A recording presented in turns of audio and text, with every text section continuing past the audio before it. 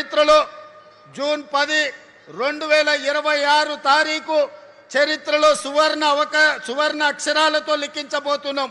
Bharat future సిటీలో ఈనాడు green pharma, sports, education, health, అదే విధంగా AI, data centers, GCC centers, global fortune 500 కంపెనీలను వీడికి రప్పించేదానికి ఈరోజు పునాది వేసుకున్నాం.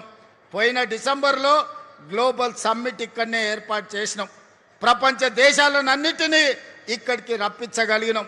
మళ్ళీ డిసెంబర్లో గ్లోబల్ సమ్మిట్ను మా శ్రీధర్ బాబు గారి నేతృత్వంలో అద్భుతంగా నిర్వహించి ఇక్కడికి ప్రపంచ దేశాలను రప్పించడమే కాదు, వాళ్ళ పెట్టుబడులను ఆకర్షించి మన స్కిల్స్ యూనివర్సిటీలో మన ఏటీసీలలో చదువుకున్న వాళ్ళకు లక్షలాది మందికి ఉద్యోగ ఉపాధి అవకాశాలు కల్పిస్తాం.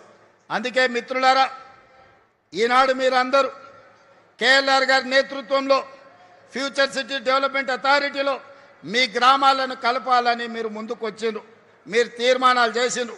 మా కసిరెడ్డి నారాయణ రెడ్డి కల్వకుర్తి ఎమ్మెల్యే గారు కూడా కొన్ని ప్రతిపాదనలు తెచ్చిండు. ఇవాళ సూచన ప్రాయంగా కొన్ని గ్రామాలను ఫ్యూచర్ సిటీలో కలిపినాం. భవిష్యత్తులో కార్యాలయం ఇక్కడనే ఉంటుంది. గ్రామాల వారీగా చర్చలు చేసి వాళ్ళందరినీ కూడా ఫ్యూచర్ సిటీలో కలుపుతుంది ప్రభుత్వం. ఈ ఫ్యూచర్ సిటీనే దేశానికే కాదు ప్రపంచానికే ఒక గొప్ప నగరంగా రాణిస్తుందనడంలో ఎవరికి ఎలాంటి అనుమానాలు లేవు. అడ్డం పడ్డోళ్లను అడ్డంగా తొక్కుకుంటూ పోతారు ఈ ప్రాంత రైతాంగం, ఈ ప్రాంత ప్రజలు.